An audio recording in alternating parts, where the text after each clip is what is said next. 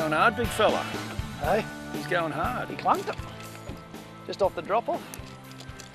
Great little technique, fishing bankside drop-offs like that ahead of us where you can just hop a plastic down and fish it all the way down to the bottom of a drop, because fish can be sitting anywhere along one of those drop-offs, and by presenting a lure to them, that's a nice bream.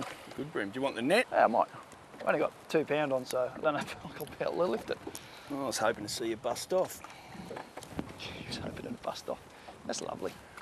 He's a good bream, mate. It's chunky, isn't he? Yeah, there you go. Whacked it pretty well. He's so chunky you could carve it. Beautiful silver fish. He's been in the salt not that long ago. They come from higher up the system. They start getting fairly dark. He's been around the sea. You'll find a lot of value in rigging up a plastic rod so that it swims like they're designed to in the water. By that I mean having them nice and straight on the hook. This one's been chewed up a bit, but if you get them to swim right, you get that presentation spot on the money. You can start to fool fish very quickly. However, if you don't get it right and they swim squiggly in the water and they spin around, you find it very hard to tempt fish to actually come out and think it's the real McCoy. We'll get this guy back in the water and I might show you what the process is for rigging up a soft plastic so that it looks like the money. Get this guy back.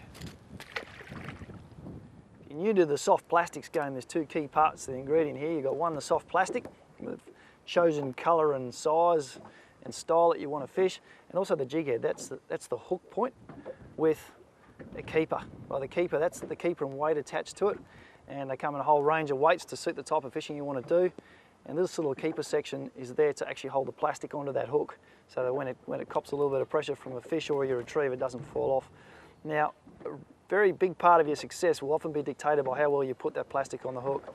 What we want to do is get it to the point where that plastic is sitting nice and straight, whichever way we look at it, and by that, what you'll do by getting that nice and straight is making the swim exactly like it's designed to. A good place to start is to lie your jig head on top of your soft plastic and work out where that hook point needs to come out of the plastic so that it will lie straight.